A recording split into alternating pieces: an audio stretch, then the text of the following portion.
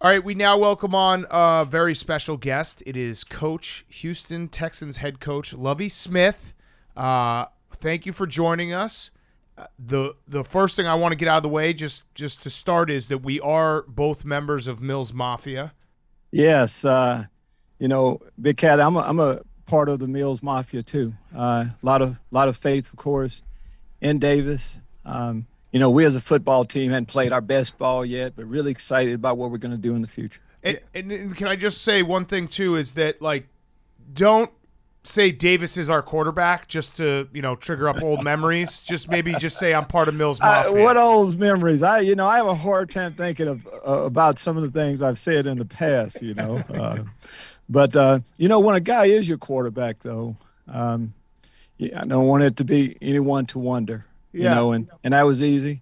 That was easy back then with Rex. I mean, Rex led us to a Super Bowl, and I'm excited about what Davis Mills is going to do for us here. Yeah, as a defensive coach, are you, when you're watching practice, we're in Mills Mafia for sure, but when you're watching practice, do you find yourself rooting more for the defense? Well, in training camp, I would say so. I call plays here defensively, so it's a little bit different relationship through training camp.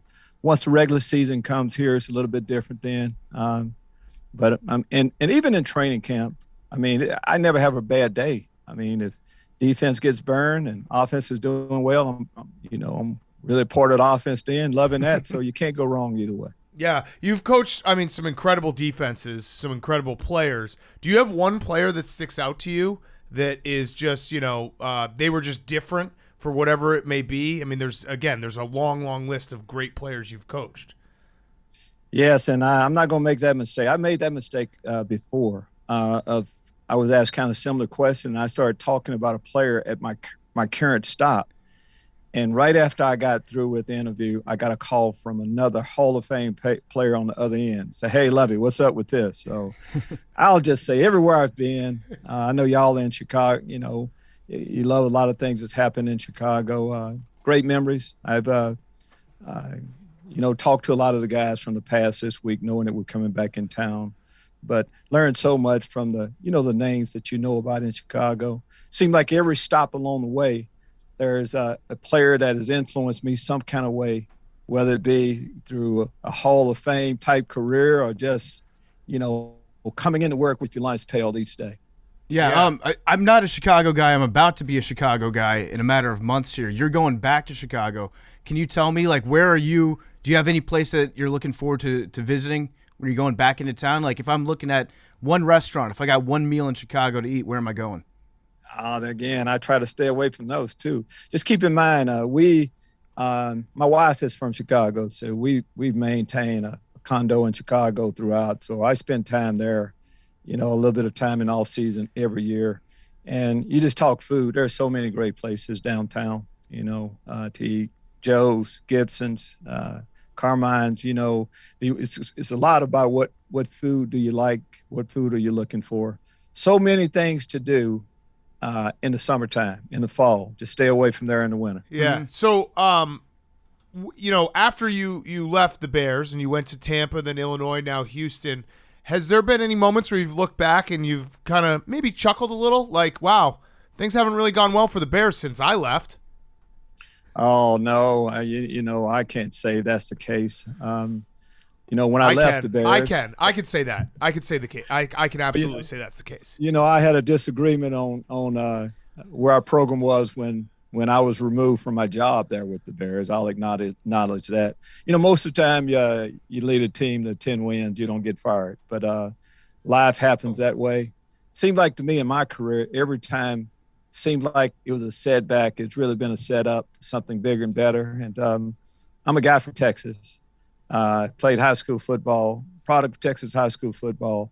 So every stop or every job that I had that didn't end well, it led me to, as I see it, the perfect job for me of coaching the Houston Texans. So you brought up high school football, Texas high school football. I remember hearing a story about your team in Texas high school football, and because it's been a few years since I was told the story, I was like, oh yeah, didn't they have some dominant defense or something? I went and looked it up, In 1975, Lovie Smith played for Big Sandy High School. They won the Texas State Championship.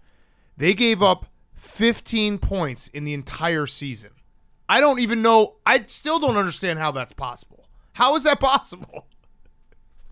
Well, it was, you sometimes you're just at the perfect place at the perfect time. And that team was a special team. On the offensive side of the ball, we scored 820 points in a 14-game season. That was pretty special. But you play 14 games and you get 11 shutouts. That's hard to do.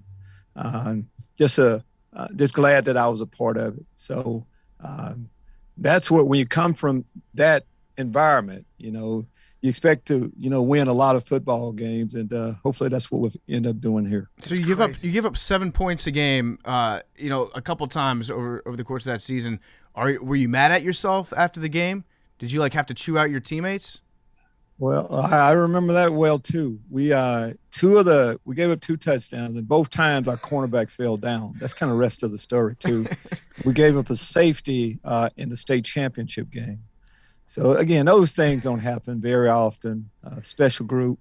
In that group, so picture 18 guys being on the team or so, and one of the guys on the football team was David Overstreet, that ended up being the 13th player in the NFL draft, played for the Miami Dolphins. So lightning hit at the perfect time there. Yeah, that's 2 incredible. touchdowns in 14 games.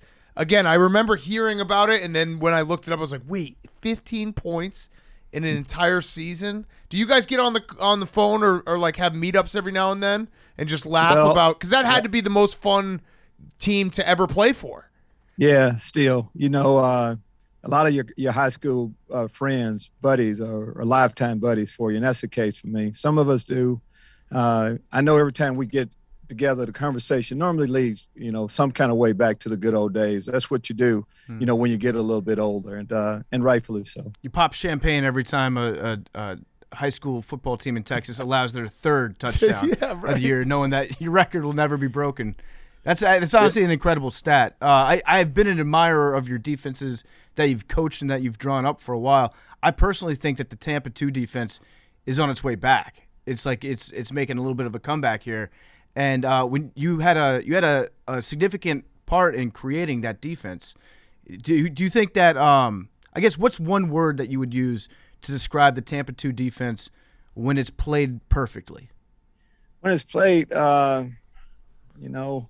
one word would be hard to say. I just think, first off, just cover 2 in general. Like nowadays, what do defenses play? You can play man. All people play some form of man, some form of 3 deep, some form of cover 4 quarters. But the corners are they're just one-on-one with a receiver outside. The wide receivers are getting paid a lot of money. I think you have to have a defense to give them a little bit of relief. So that's why cover 2, I think every game I've coached, I think cover 2 has been a base part of our game plan going in. And when you say it's making a comeback, there is a place for it. And there's certain situations. Most people assume we play cover, you have 50 plays, 49 of the plays we're playing cover 2. That's not the case. You have to, do it all. But there are moments when you want the corner to really be able to double team a guy. You have to be able to play cover 2. Yeah. So hypothetical, you whether it be cover 2 or any other defense, let's just say I gave you a team and 10 of the guys on defense were average, just league average, and you got to pick one position that was elite. What would your position be? Well, I say it would be a defensive lineman, and then I would say, okay, who is the closest defender to the quarterback?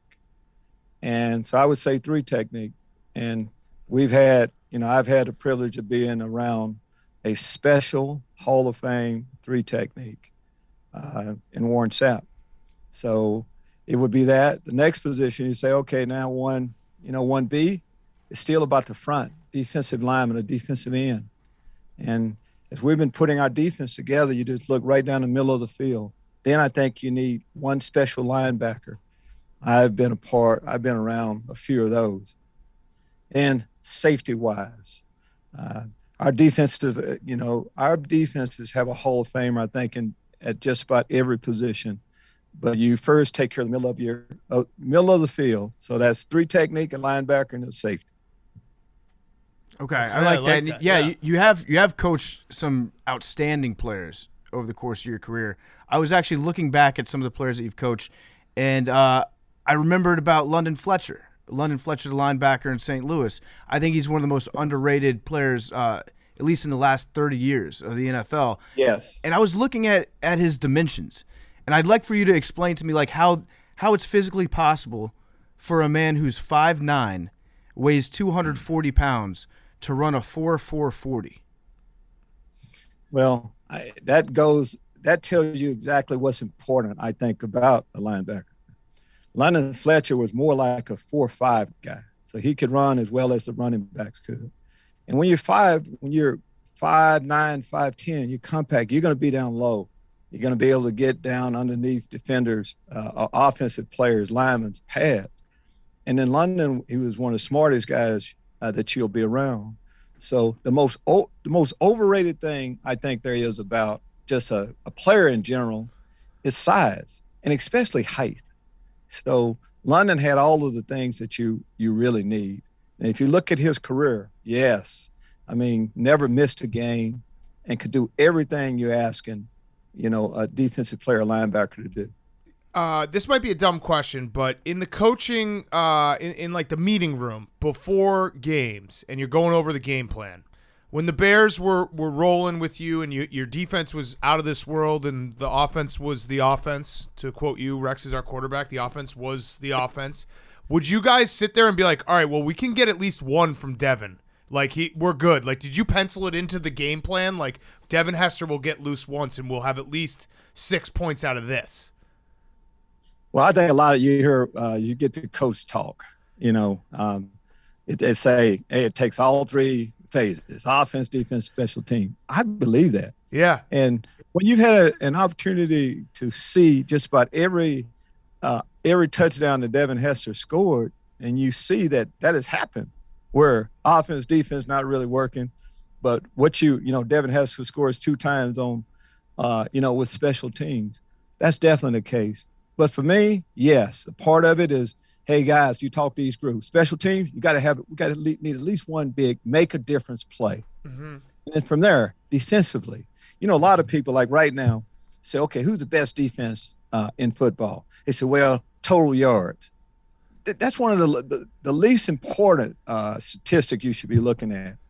It's first off scoring, and first defensively. It's not a good game. Our goal is to take the ball away 3 times. If you're +3 in the turnover ratio, you have a chance to win. So scoring, third down, red zone, defense. Right now, one of the things we've done well around here, once the team gets down there, you got to force them to kick field goals instead of touchdown. So I talked about things like that and how to play complementary football offensively. Part of that turnover ratio is not turning the ball over. Right, and you had a quarterback, like we've said, Rex Grossman, RG3, the original RG3, Rex Grossman III. He was not afraid to take shots. He took a lot of shots. Some would say he loved taking shots. As a coach, how do you balance the fact that you want your quarterback to be able to make plays with the fact, like you said, if you lose the turnover battle, you put yourself in a pretty tough position where you're going to be relying on your defense to score or relying on your special teams to score. Would you have any push and pull with Rex after games where he just went out there and went full Rex on you? Well, I can't remember a lot of those times. I just know on how we look at our quarterback position now. Yes, we want to take shots with our quarterback. By having a good running game, that opens up lanes to be able to take a shot, to stop the run. Most time wide receivers are going to be in a one-on-one situation. So there's a place for that quarterback that wants to sling the ball. But to me, on whether a quarterback is a good quarterback or not, it's about, decision. It's decision-making each play and knowing when to pull the trigger, when not to. Sometimes just live to see another day. And you have to, put the team a little bit before, maybe some just individual stats. Just how big is Davis Mills' neck? Like in person? Is it crazy? Well, I know Davis is a big man in general. That's, in an ideal world, you want a quarterback to kind of look over it, kind of scan the field. That has a Stanford degree. So that's saying an awful lot too.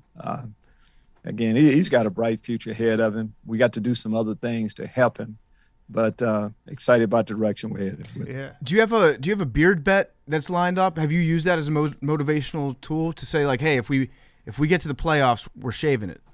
No, I'm not much for those kind of things. I just expect, guys to go out every day, grind, coming with your lunch pail. And I'm not a superstitious guy at all either. So beard-wise, it just kind of makes sense, After a while, guys that shave every day, you kind of get tired of that. And I went on vacation about a few years back, and you grow it out. And I said, you know what? I think I'm going to keep it this time. And, I've been married. It'll be, 42 years this coming November. My wife loved it, so it's easy to go that direction. It looks great. Y'all follow suit too. It looks great. I hope you keep it. But you mentioned your running game that you got this year. I'm a big fan of Dameon Pierce. I like what I've seen. I watched him in the preseason a couple times. I don't know what it is about him, but I'm drawn to him, and I watch him play, and I'm like, I think this kid could play. Are you planning on getting him a little bit more involved? I know that you started using him more week 2 than he did week 1. Am I going to look like a genius for telling people that this kid passes my eyeball test? Well, yeah, I think you are. I think it's safe to go down that road. And the reason why you like him is that, there's not a whole lot to dislike. He can catch the ball, but you just talk about tough, hard-nosed football player that he can make you miss an open field. He can cut on a dime. He can run with power in between the tackles. He loves contact. You just look at, you're right, from week 1 to week 2, improvement. And that's what you see from young football players. But in time, I think, yes, he got from what I've seen been around a couple of good running backs. And we saw it early in training camp. And it seemed like he confirmed that notion that we had each day we go on the field with. Have you checked in on your the 10-year-old that you recruited at Illinois? Do you remember that story? He's 15 now, I think. Yeah, keep talking to him. I'm getting a little old. I forget a lot of things now. You offered a scholarship to a 10-year-old. Yeah, that's what came out a little bit. As far as really offering a scholarship, I per se did not. We kind of talked again to him a little bit. You talk to a lot of guys, and sometimes it's casual conversation, and it all of a sudden becomes written in ink. But, yeah. I don't know much about where he is now. Yeah, people like to run with those stories. So, Coach, this has been awesome. I have one last question. It's the rowback question. Use promo code TAKE for 20% off your first purchase. Q-Zips, hoodies, polos, promo code TAKE, 20% off your first purchase. So, like I said, back in Chicago this weekend, I'm rooting against you. I do like you, but I'm rooting against you. What is if you had like one memory, highlight, low light of your time in Chicago, what would it be? Oh, highlight is easy. The NFC Championship game against the Saints, yeah.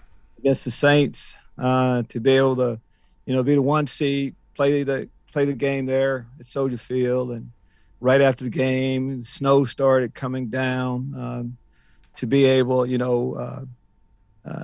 Miss McCaskey to be presented with the George Hallis Trophy, family there in town. Just a great memory for a lot of us. That would be the highlight, of course. And there were a lot more games, that the team played. They showed up each week for me. Yeah.